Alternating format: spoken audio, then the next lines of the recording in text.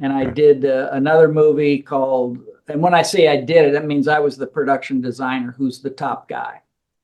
So the Ant Bully was a pretty well-known film, and then there's one called Escape from New York, Escape from Planet Earth that I did up in Vancouver, which was a top job for me as well.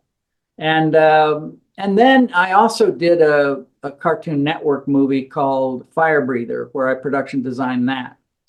And What made I the one made in a Canada so different for you? What was such a great experience about that one? well, the group that did the movie Escape from Planet Earth was the same group that did a movie called Hoodwinked. And if you don't know, this movie Hoodwinked was made for $9 million and it made $100 million. Mm. So they get to do whatever they want for the next movie. And Escape from Planet Earth was a story about aliens in Area 51 who want to break out of jail and get home again. And so, we essentially designed Area 51. We designed the desert around it. We designed the planets that the aliens came from. We did all, and then we designed the aliens themselves, all the different types of aliens that were in the place. So Okay. it was a very challenging job, but it also had, And that was a Escape from Area 51, right? yeah, it's actually Okay. called Escape from Planet Earth. Okay. I'm sorry. Escape from Yeah, Planet but Earth. I'm yeah, sorry. it was like that. And so Yeah. I went on to do other projects and other things. I've also done a number of credit sequences. I have a So, question about that before you go forward. whatever you wanna Uh-huh. ask me. Do you believe aliens exist? Oh, do I believe aliens exist? I Mm-hmm. used to not to. I used to not to. Not. I used to not believe it. But the way the Air Force has been talking the last few years, I guess there's something going on. There's something Has to going be. on they can't Maybe. explain. Mm-hmm. So I'd say I kind of lean that yeah, there's probably some sort of life around from somewhere else that's checking Earth out, and it's been going on for a while.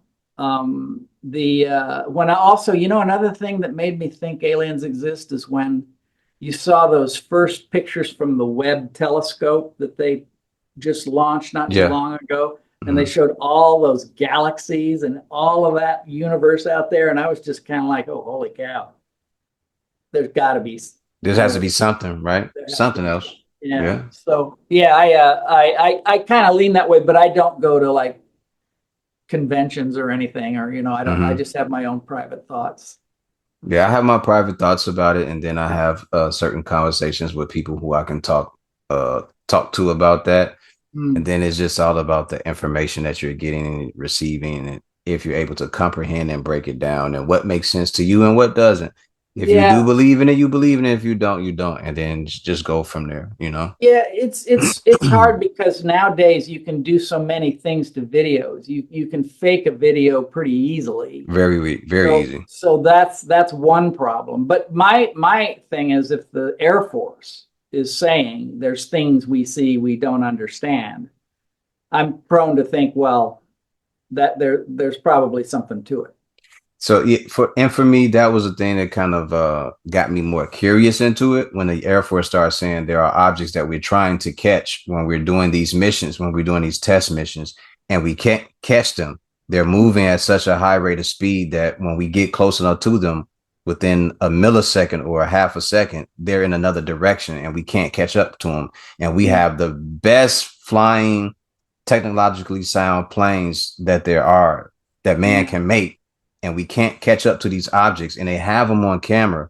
I forgot the commander's name, but he said I've been flying and looking at these things, and every time I got close enough to them, they would dip off, they would head toward the ocean, and when they would Yeah. get toward the surface of the ocean, when I would try to get close enough to them, they would shoot up into the air. And he said it's not normal for objects to take off that fast without Yeah. having uh propulsion, without having without giving that off like I forgot what type of signature he said they give off, and then to reach heights that high Yeah.